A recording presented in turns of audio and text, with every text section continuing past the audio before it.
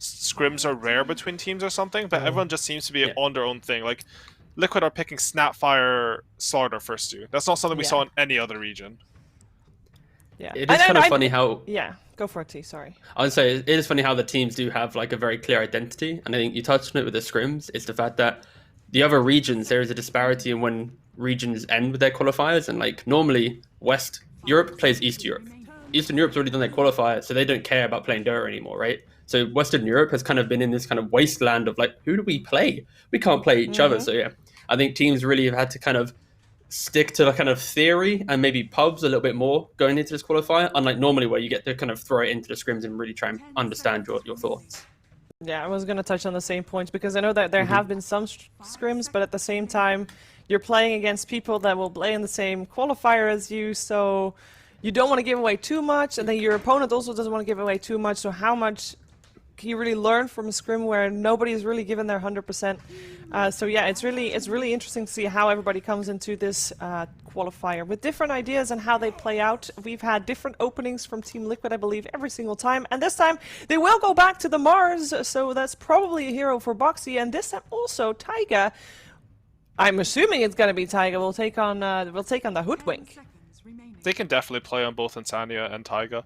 One here I'm curious about is that Broodmother was actually first phase banned versus both these teams in their series yesterday. I think that had to be a scrim thing because, again, like you don't see that very often versus teams. They do have two of the best Broodmother players in Koikva and 3-3. But I'm interested a bit. Like, is Broodmother going to come out here? It doesn't look particularly good to me, but if it's that high value, maybe. I think it's one of those things where, like, if Liquid are second pick and they do pick like Mars plus Hoodwink, they feel confident. So you don't need to ban the Brood, right? I feel like these heroes actually complement and go into Brood pretty well. Like the Bushwhack will always be able to punish a Brood trying to juke away. And of course, like Mars, you know, Arena and stuff. So I like the fact that they just pick to prevent themselves having to ban. The Nyx Assassin Lina opener. Are we thinking we're going to see the 9 Lina? Or is this just their support duo? We saw, of course, earlier into the Breach opening also with their support duo, and I know you were talking sometimes that it is okay to do it. Not always desirable though, right, T? Yeah, it's not always the best when there's no flexibility. Like I think when Into the Breach was doing it in the previous game, that could have been punished. Brame didn't really capitalize on that too much, and you know they're now eliminated. And I think this opening from Tundra, it's a little bit more open. Like we could easily see Nyx 5 enabling some Medusa style carry. We could also just see it as a Nyx 4 and the confident Lina mid going for that Yules AC BKB style kind of in your face. And all options right now for Tundra still look pretty good. So they're going to be able to choose that going into second phase. And maybe from their bans, we'll be able to kind of understand a bit more. Yeah, I think the highest percent is just Lina mid Nyx 4, right? But if they see something in the draft that they think they want to be flexible against, they definitely have options here. There's the Medusa ban from Liquid. Yeah, and we can't really learn too much from the ban of Tundra because we saw a Lone Druid yesterday for Quake Fight. It's still just not something you want to face.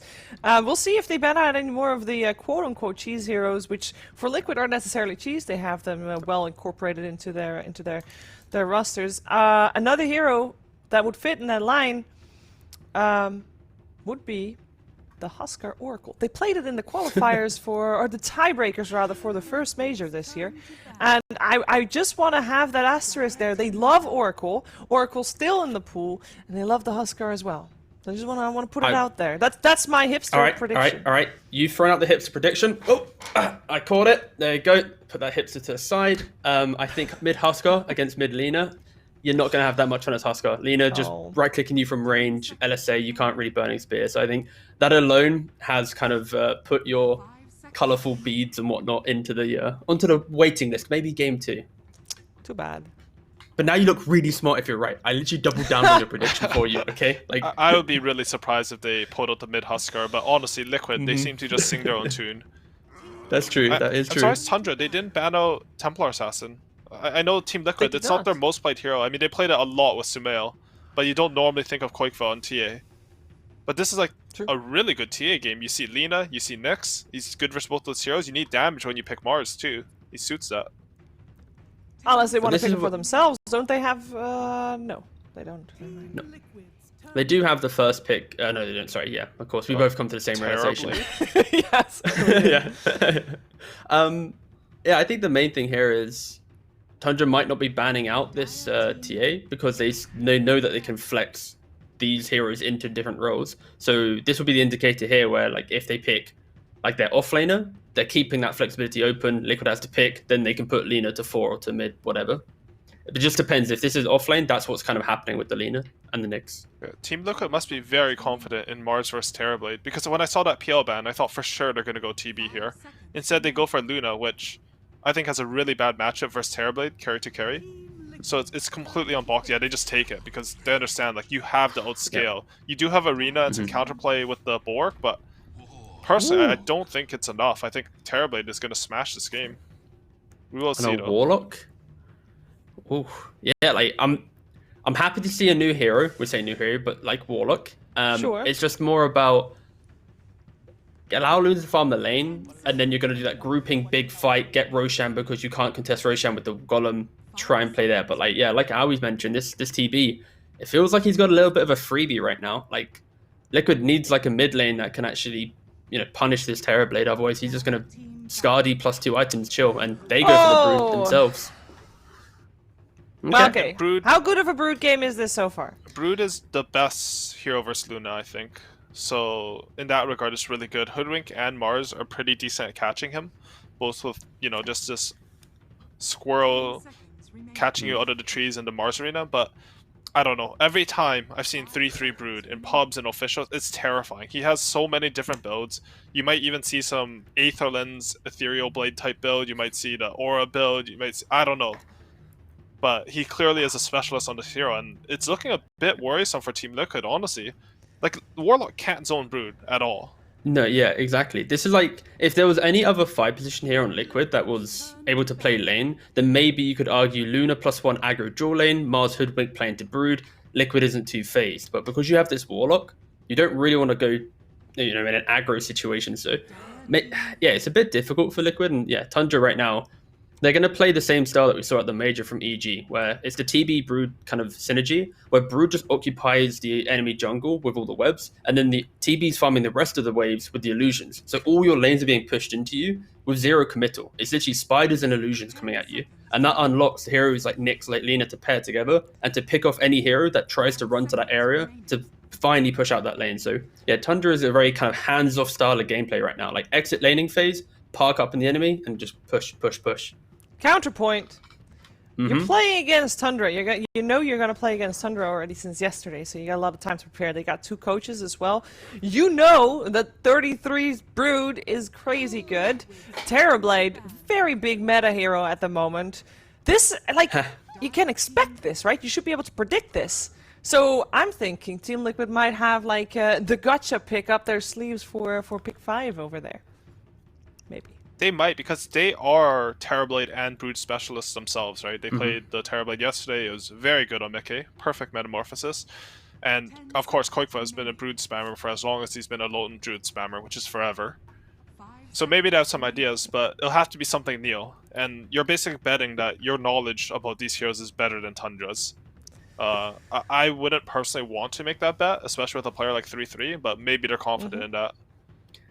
I guess another thing as well is, like, I mentioned how TB Brood lineups want to play. Like, Liquid, they do have the kind of heroes to be able to group up after a lane. Like, when Brood gets scary, you just group and go elsewhere. You run as a huddle and you just go and take those big fights, like, whilst people are farming. So maybe Liquid just ignores that positional pressure. If they can just barrel down a lane early enough, get that, like, 18-minute Aegis, pressure tier 3s, like, maybe that could be their answer. But, yeah, this is their pick right now. This is going to be... How do they either they try and kill the TB with this pick, or they just try and get super high pace run at you style hero? Like, is Emperor available? The thing is, it's so hard to get one of those gotcha heroes against Lina mid, right? Yeah. Like, all the heroes that are really high impact, I think Lusu in lane to Lina. I think Liquid. I think you were mentioning it to you, but I think they should go aggro trialing here. You do have Luna. She's a good trialing hero. You have double range with the aura. It can't be that bad. I mean, Terrorblade's good at fighting with the reflection. But I don't see them winning if they put Luna Warlock safe lane versus Broodmother. I can't picture it. Brood's going to be so strong. Here it is. Cheeky Zeus. No, I'm not even going to try and suggest Zeus. Into Nyx, into Brood. Zeus Zeus is really good versus Lina, actually. But you're right about Yeah, the and Brood it's good and against Nyx. TB. Yeah. The Brood and Nyx Brood is like... and Podum, even, because... Okay, Storm. All right, I can It's a stable respect pick. the It's a Storm. stable pick. I mean, Yeah. they do have the Nyx and Lina. I think two heroes that are classically good versus Storm. Storm becomes good against Lina at some point when you catch Jumper. But we'll see how it works out. They have very low teamfight in Tundra, and they have a lot of teamfight in Team Liquid. So even if they're down gold after lanes, they can always win this game. Who do you guys favor then, though? I mean, I'm kind of hearing that you both are sticking with the Tundra prediction for game 1 here. Is that a fair assessment? I kind of feel if Tundra can emulate how EG played Brood TB, it's so terrifying. Your map feels so small, and even if you have Death Ball, it's so hard to cut through that. But if Liquid can cut through that, you know, Storm and jumping the Luna, the Aegis, like they have a good shot. But like, I'm very scared about what Brood TB can bring to the game. You know, 15, 20 minutes plus. And for me, Team Liquid, they have to. I think they need to win top, and they need to do a bit better than average in the Storm versus Lina matchup. And if that happens, I think their lineup is way more robust than Tundra's. Tundra's has like Broodmother, Nyx, Podum, Lina. Like there's no team fights, only Terrorblade. So Tundra are banking. Like if they do well in lanes, I think Tundra's lineup will take over the game really well, and I think they will. So I'll go Tundra, but I don't think this draft is that far apart. Okay, well that should be an 60-40? exciting game then. What you gonna say percentages, T? Yeah, sorry, I thought I'd throw a 60-40 just as a closing point. Sorry, don't know why I needed to say that. It felt right in the moment, you know? 60-40, woo! It's all good, it's all good. For me, 50-50. We'll see who takes the first game of this best of 3. We'll see who woke up on the right side of the bed. We're gonna find out together with Odie Pixel and Fogged. Thank you very much, Shiva. Yes, game 1 of Tundra versus Liquid. And Fog, what do you make of this? I feel this is a bit of a spooky game for Liquid. You're against this TB that's strong against the Luna in concept, and you're against a Brood. You have finished your lineup with the Storm, but there's a Nyx Assassin in the game, so not necessarily a free game for the Storm at all. Definitely something that Quake's going to have to look out for. It seems like that there's a lot of counters that Tundra do have going for them this game. Yeah, but I think the biggest thing that I want to highlight from what Curtis was saying was the lack of team fight. You do look at Tundra's draft, and it is very just about, you know, winning the lanes, dominating lanes, and taking over map, and using these annoying heroes that can get into backline, annoying heroes that can get into just like sneaking around too. You have Nyx, you have Mirana ult, you have Broodmother. Great ways to get information of backline, so be able to get on top of these big team fight kings like Warlock. So that's where I feel like Tundra does have an edge to at least find that backline. But if they come out at an advantage out of lanes, I could see Liquid in a big problem. Like if they're just too far behind in golden levels, like their heroes do require those levels to be able to come back in the game. So this Brood could just have been too much for them to deal with. Yeah, and you sort of agree with what Aoi was saying when it comes to the matchup they're going to want to look for, you know, to make sure that Luna doesn't have a bad time against the Brood scenario. Are we going to see some sort of aggression from Liquid in their lane setup? I really hope they do. I think it's a really good idea just because it's like the double benefit. You give Boxy a better start of the game. You're going to be slowing down the Terrorblade. And then, sure, you might be a little bit lacking with levels. You're going to have to split up from that. But then you're not going to have this Brood that just takes over at this like 5-minute mark or something like that. Sure, he'll be able to take over, but Boxy's going to have a good game at the very least rather than being shut down. But yeah, let's see what setup they do have. There we go, ladies and gentlemen. We did have a mild pause there, so apologies for that. But all the players now good to get on with the action as we get ourselves stuck into game 1 between Team Liquid and Tundra. Who do you like more? Whose draft do you like a little more on? As I said, I've got to say Tundra's. You're I a little think bit more on the 33 Tundra proves too, right? scary. I think TB kind of just wins games. I think Luna I'm still sort of on the fence about. And I'm a little worried for Quake for trying to find the space on the map when this Nyx Assassin, you know, Fada and Snaking, these two, they're going to be hunting him down. I mean, throwing 9 in as well. That's 3 stuns already. Liquid starting off the action with a catch on to 33 Fairy Fire. We'll buy him a little bit of time. Is it going to be enough? He's into the trees. Have Liquid got anything more to throw out here? Oh, he messed up. Oh, he got the tree He's still cut. able to cut through towards the web. Oh my goodness, that was scary. Boxy's going to have another spear if he wants to throw it blindly into the corner of the map. But he's not going to do so. So 33 will manage to get away there. That Fairy Fire pretty much saving his life. As he will manage to get away from that early smoke, that first move Liquid were trying to make before the game begins. And we have 3 abilities skilled right away, right? So we have Spear, which hurts a little bit for laning phase. We also have Bushwhack, which I feel also it's mixed. I've seen people start with Bushwhack. I've also seen most talk about how they want to get Acorn to secure range creep. So, you know, now they did show that they did get those abilities. And 33, he'll heal back up. You know, this web regen, it will add up. It will give him back to almost full HP. And wow, I cannot believe that, like, you know, a Fairy Fire and a Windlace is what saves him. That little extra movement speed, that little extra heal is enough. We'll see Boxy getting some value out of the spear skill anyway. We'll manage to pin Skeeter to the tree, pick up the bounty ring. Make sure they start with 2 for 2 on the bounties. And we will indeed see the lanes come into place. Boxy and Tiger will be up top.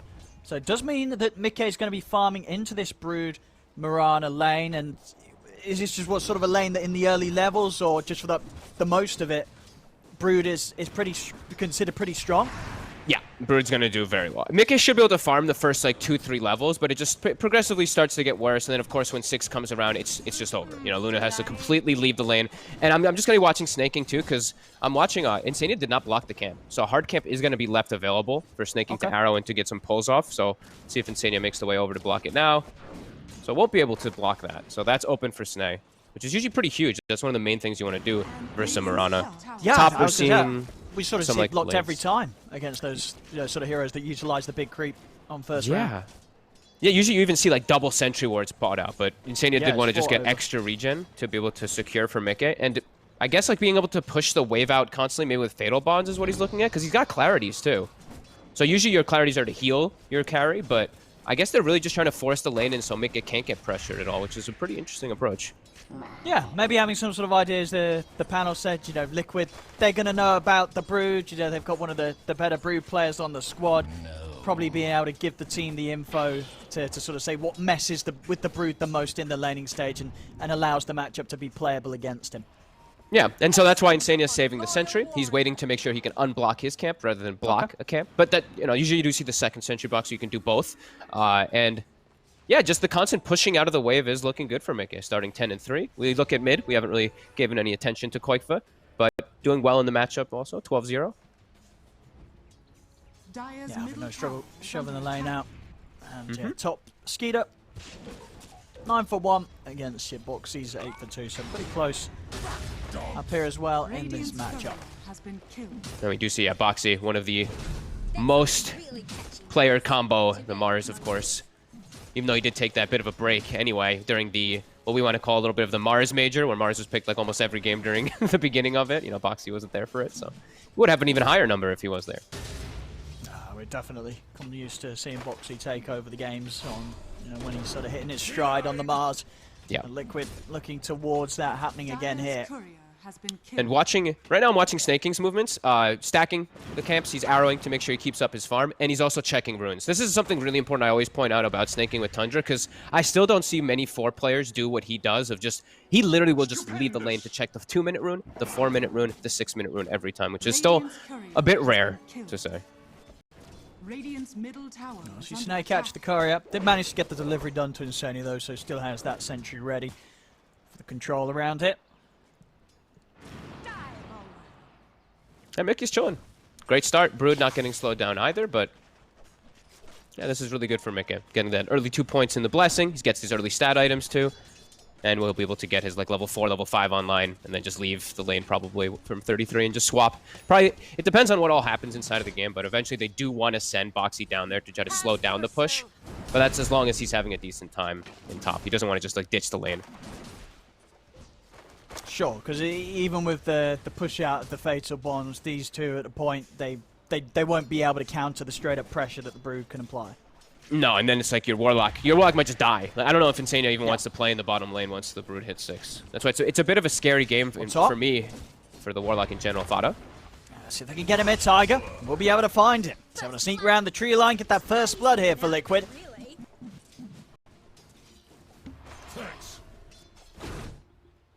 Strong lane up top for sure. The Hoodwink plus the Mars, and also just with the Blightstone, this slight little extra bit, even though it's a Terrorblade, he doesn't care so much. The support most definitely does. So they've slowed down TB more than the Luna's being slowed down for sure. Absolutely. Snaking. Still doing a good job of sniping some couriers here and there. It's top lane. Getting onto Skeeter. Tiger. Not quite enough damage with the Bushwhack alone, so Skeeter will live another day here on this top lane. And now they're very low on mana on Liquid. They have a ton of stuff coming out on the courier. I believe it's, Raindrop, double regen for Taiga to keep himself up there. Yeah, mid lane, very close. A few more denies sort of erring the way of 9, but Quakefoot is a little bit ahead in the CS with the efficiency, farming that small camp on these early levels. I think this is huge. Honest, up top, Fada, again, getting caught He's out. got the damage. He's got the stick charges, Fada. Tiger needs a couple more hits. He can only get in the 1. So this time around, Fada are able to make it away. Yeah, I think it's pretty huge that Quakefoot's done so well because, as I mentioned, Snaking has checked all the water runes, so he didn't get to fill up. So the fact that he's able to, maybe he's like slightly behind because it's small camp. Actually, he's ahead by 70. So yeah, he's ahead in the matchup when no one's checking his runes for him, and it's a Lina versus Storm. That's really good for Liquid. Yeah, we've seen Storms get trashed by Lina straight in the matchup. So Quakefoot's going to be very happy with this outcome so far. And as top lane, this time round, they've got the damage. Another kill for Tiger. Getting some good early action here. Being able to bully Farter as the Nyx assassin. Not really able to offer up too much now. As Boxy and Tiger, they've got good control and damage. Level 4 on both of them. Oh, cool. It's going to struggle in this lane. And Boxy's gone for just a straight Morbid Mask for sustain. We saw a lot of people at the Major just doing the Ring of Health. This is kind of a cooler approach. Because then you're going to eventually probably go for something like, I guess, like a Vlad's or maybe Satanic way later, depending how big you are. But yeah, that's neat. Jumps onto Skeeter. Skeeter's ready to turn here, popping the Metamorphosis, but Fana not quite back in time to set up with the stun. So Liquid simply able to step away.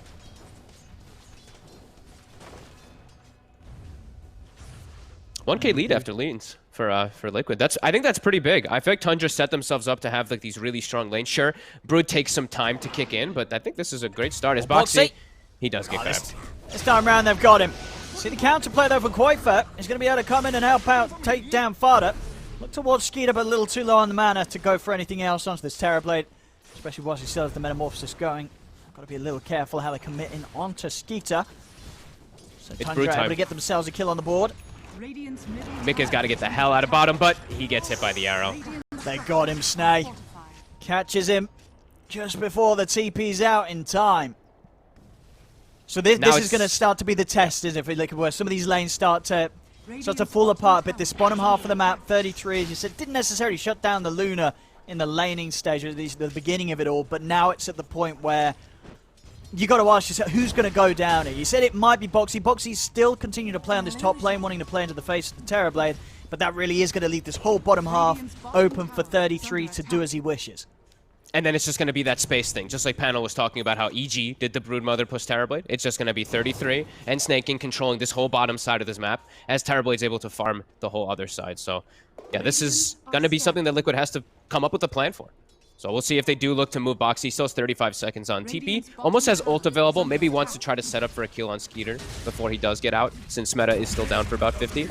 But Skeeter's got Sunder. He's got a point saved. So if they do go for it, they have to 100-0 him.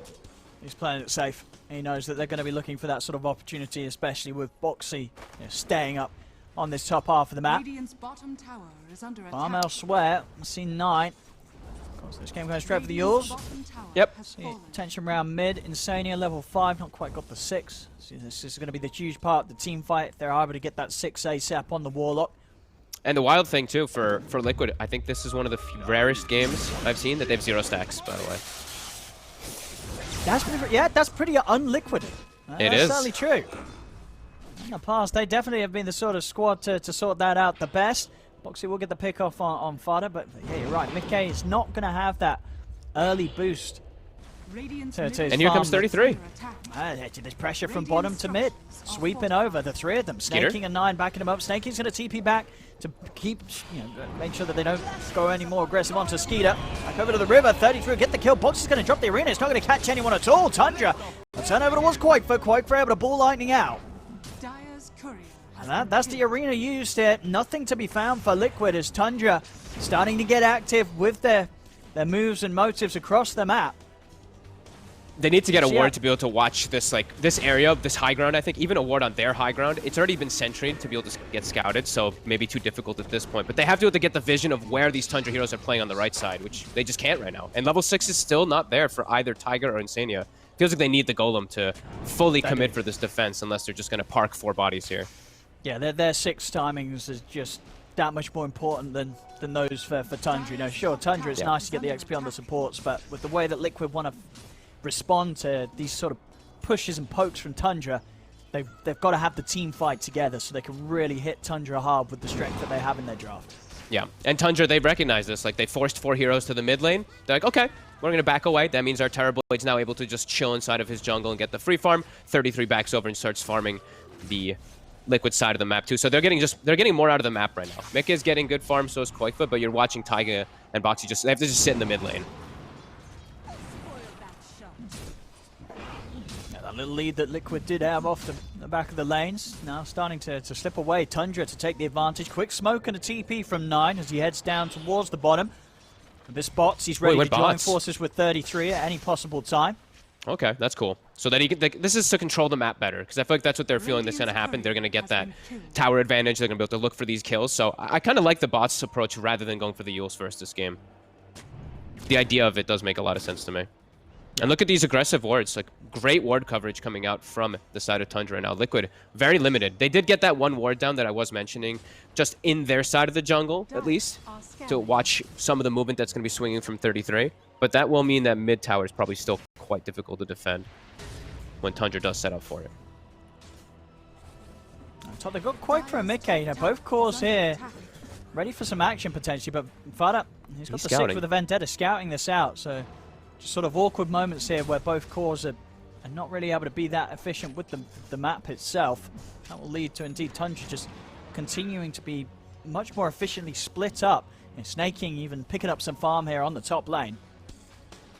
Boxy's got the blink, so now Liquid can make their own aggressive moves. The spiders will start hitting mid. Can't quite get the rebuke onto them. Yeah, they have got all these ults ready to go, Liquid, so huge team fight. It was With the building, the tower. Towards. I mean, the spiders are doing It's dying. They're going to have to go for the tower tonight. And they're not even going to get that. The spiders end up getting the last hit. And now Boxy. Now Boxy is going to get caught out by surprise. Tundra's in with a Moonlight Shadow move. They're on top of him. The golem's going to get dropped down, but Boxy's already gone. Liquid, if they do anything to turn this around, they'll be able to get the grab onto Fada. They'll bring him out. But at the end of it all, it's a 1-for-1. Golem dropped. Yeah, Skia cleans it up. An easy plus 100 gold for the Terrorblade. Tundra, they're taking the tower and they're keeping themselves on top there. 12 minutes in, still a 2k lead and growing for Tundra. Yep, big win.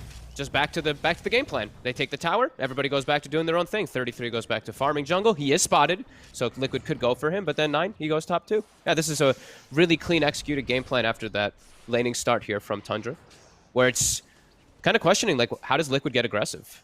You know, they're kind of starting to get trapped on their side of the map. Sure, Mika's still getting good farm, but, you know, it's a Luna versus Terrorblade matchup. This Terrorblade's going to come out on top if he's in this type of spot. Oh, we got, they're looking for 33, but all the rebuke and the spear both miss. They will get the grab with the Vortex. He's tanky. Do they actually have the damage? They don't. 9, he's been able to jump over with the bots. He's in with the stun. That's quite forgone. Boxy's going to be left behind as Fada, Snaking, they'll chase Boxy into the trees. Tiger will be able to TP out, but Boxy goes down.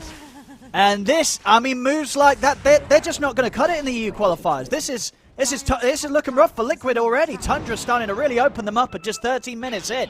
Absolutely, and you can't make those type of, like, these mistakes, they compile very quickly, right? When they use that chaotic offering in mid, now you're not going to have it for the next, like, 3 minutes or so. So Tundra's just got so much availability of the map when they're looking for these sneaky plays. And we did mention early, that's exactly how Tundra's draft is playing. You know, they've got Moonlight Shadow, they've got Nyx, they've got Brood, they've got so many ways to swing around the map quickly.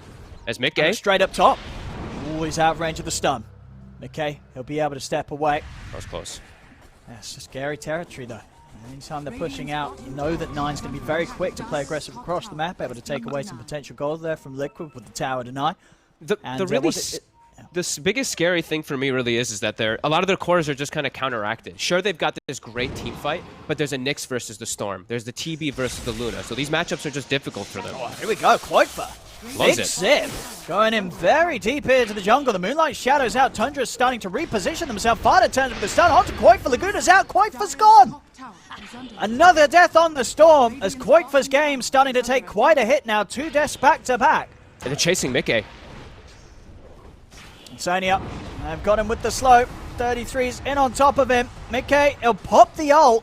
He's trying to bring down Fada. Fada, he's going to head into the trees. Mickey, can he actually get the final hit off? He can't. As Mickey caught out by a stun, Fada survives. As Liquid, they've just got to get everybody out of here. Insania's trying to head into the trees, but 33 and 9, they're chasing him down. Another catch here for Tundra.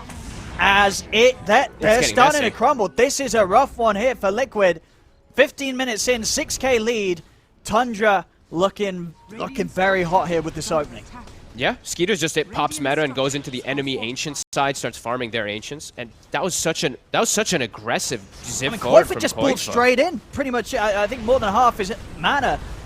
Really going for that, and with the Moonlight Shadow, I don't think they actually had any sort of deep sentry ward or vision control. So already fighting into a very difficult scenario. And of course, Tundra, they make everything happen off the back of that. Big kills.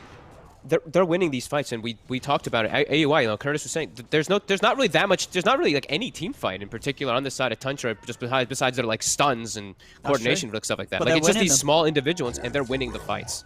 Yeah. So Liquid, they need to get their honestly, they need to get their shit together, and they need to get their ults coordinated more properly, because right now they're just getting outplayed all over the map. They got to get a combo play coming together. They got to get like a Mars ulti plus the chaotic offering. Now pressure on Boxy to set this up here. He's coming in with the blink. See what sort of a jump they can get. Oh no! It's off the mark. Off the mark, and now Tundra's going to start moving in. The golem will be dropped. Fada will fall. But again, this is sort of the whole team fight from Liquid. They've only killed Fada. That's not enough. And Tundra, they know they're chasing Liquid straight down. Insania, he'll fall. Quite coming in with the Vortex to grab 9. They'll put the Moonlight Shadow. Skeeter even with the bro move there. Sundering 9 back up to full HP. Mickey's gone. Getting nuked down by the Laguna Blade. As Tundra, they're just able to one-up Liquid every single move that Liquid's trying to make. And it's these sort of openings that just are not nearly clean enough from Liquid that are hurting them hard every single move they try. And it's big mistakes, really. That's multiple times now we're seeing Boxy missing the spells, and now Quake for top. Setups there. Yules, Light Strike, Arrow, perfectly timed. Another kill for Tundra. That is just clean now at this point. The laning phase, I think that's where it all ended, where it was looking good for Liquid. I think they had 5 kills, and then it's been like 12 kills in favor of Tundra. They're dominating the map, they're dominating the fights, and Liquid's they're missing their spells. Like Boxy missed the bottom spear plus rebuke. This one he misses the spear. The ulti only catches the Nyx inside of it. Same thing for chaotic offering. It's all just missing.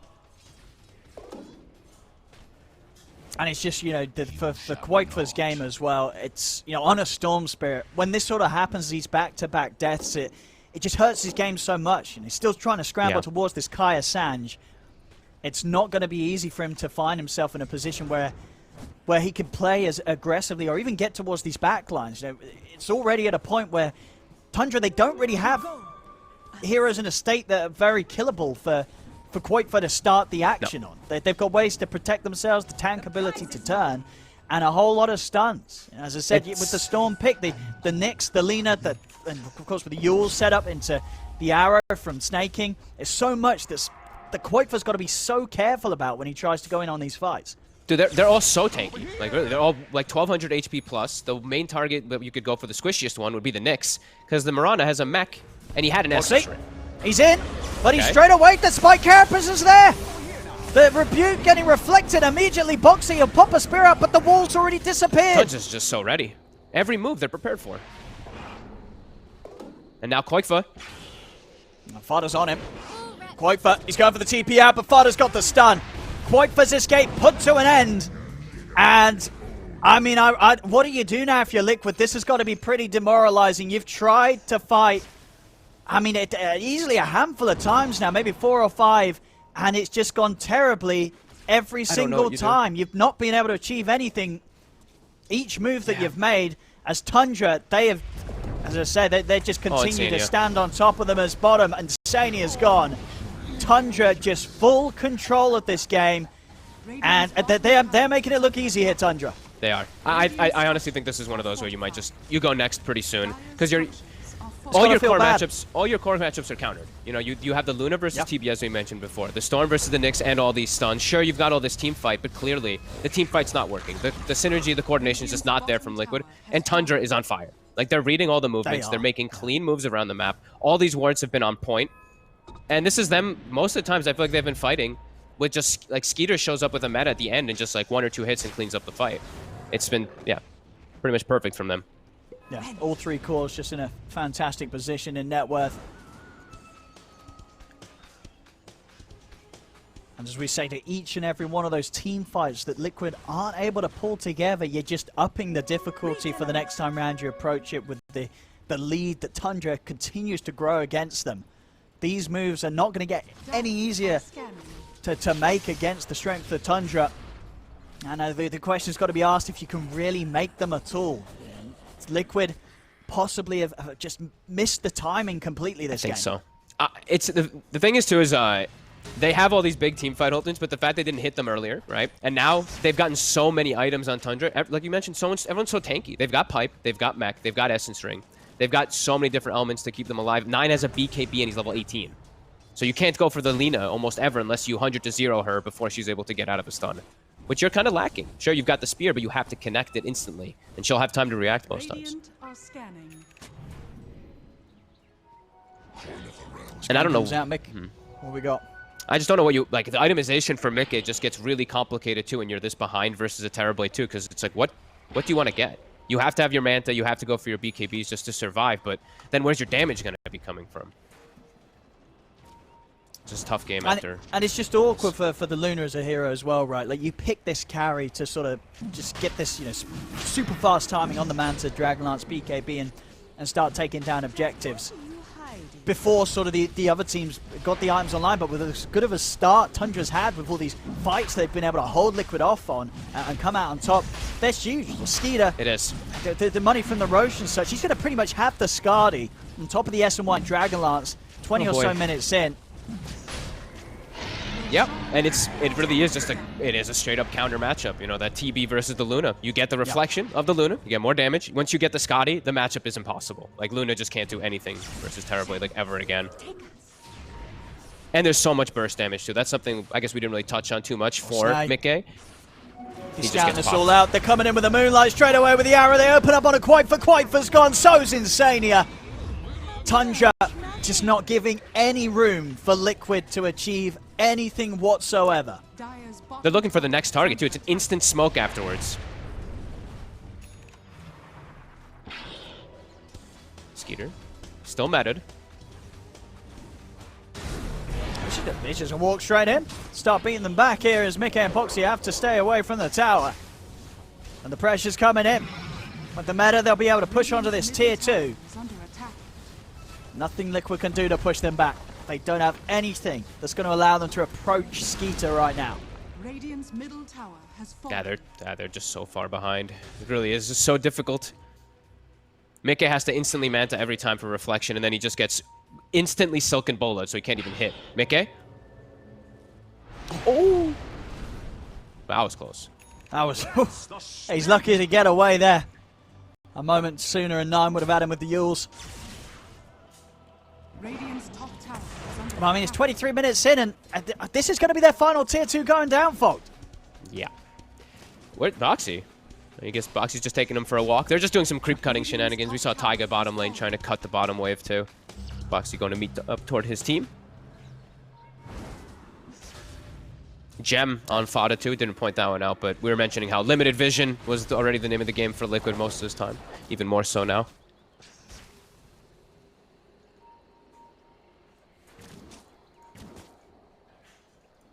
I think, yeah, Liquid just trying to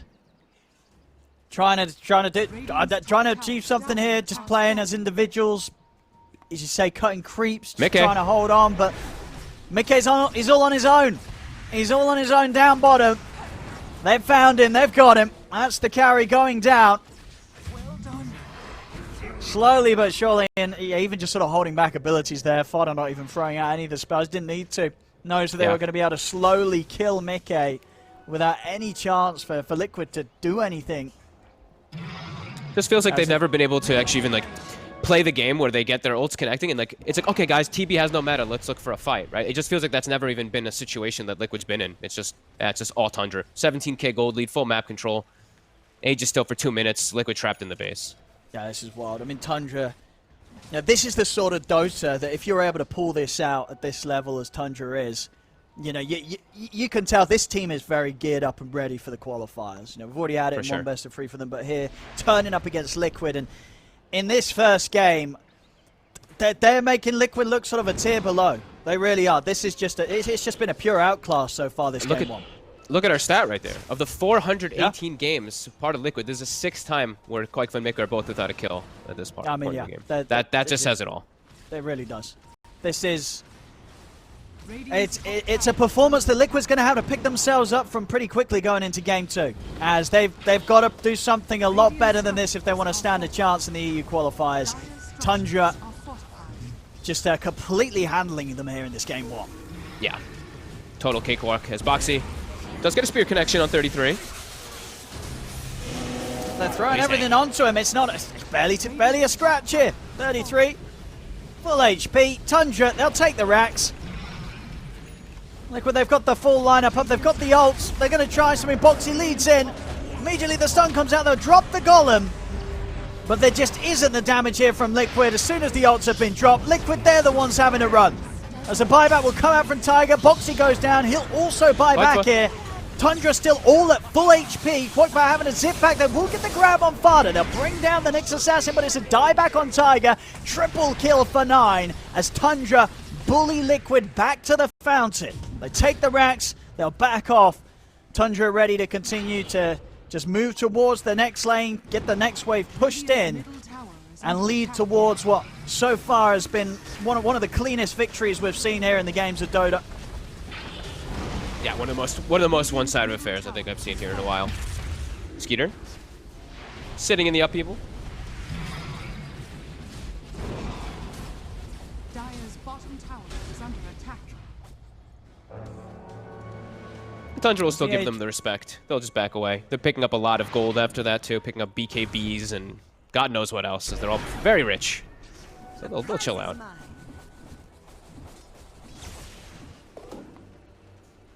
I mean, for Liquid now, you've got to imagine they're going to be thinking about what they'll feel comfortable with doing in the second game. Agreed. I mean, how do you sort of recover from, because you've got to recover quick, as I say, you know, so much on the line with these best of 3s on this road towards TI. You've got to have some sort of big talk or some big sort of motivational booster after this sort of game 1, as this is pretty much the worst way to start a series. Yeah, I think one big thing is, of course, like the Brood got left in the pool, but I think Warlock's just too slow of a hero in this patch. So, and they did pick the Luna with Terrorblade in the pool, so there's quite a lot of things that did go wrong inside of the drafting, where it's like you can tell so this game is just difficult. You would put a bit towards the draft. Oh, I mean, absolutely. This was a pretty big draft win, it feels like, from Tundra. Unless Liquid somehow did just get like huge big team fights, like big team fight connections after that laning phase. It just felt like it was going to be difficult for them. It's just like their cores are countered. That's why I was like, you know, like I said, like the Nyx versus the Storm, the TB versus the Luna. There we go, second set of racks. Nothing to be done here by Liquid. They've got the ults. Actually, no golem for 30. As Tundra now sweep round to the bottom. They just have to watch. That's like Koikfa doesn't have BKB, so he's like, if I zip in, I'm just Yules and dead instantly.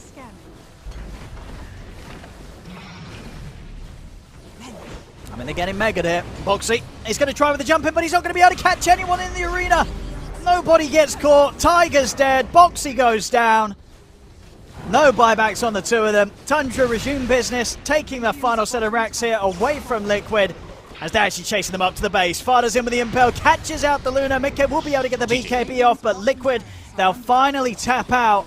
As we did see, indeed, statistically, one of the worst games that Liquid's ever had here for them, unfortunately, as this was a rough game 1. Tundra, on the other hand, though, bringing in that ability, that flair that we really have seen them be able to develop.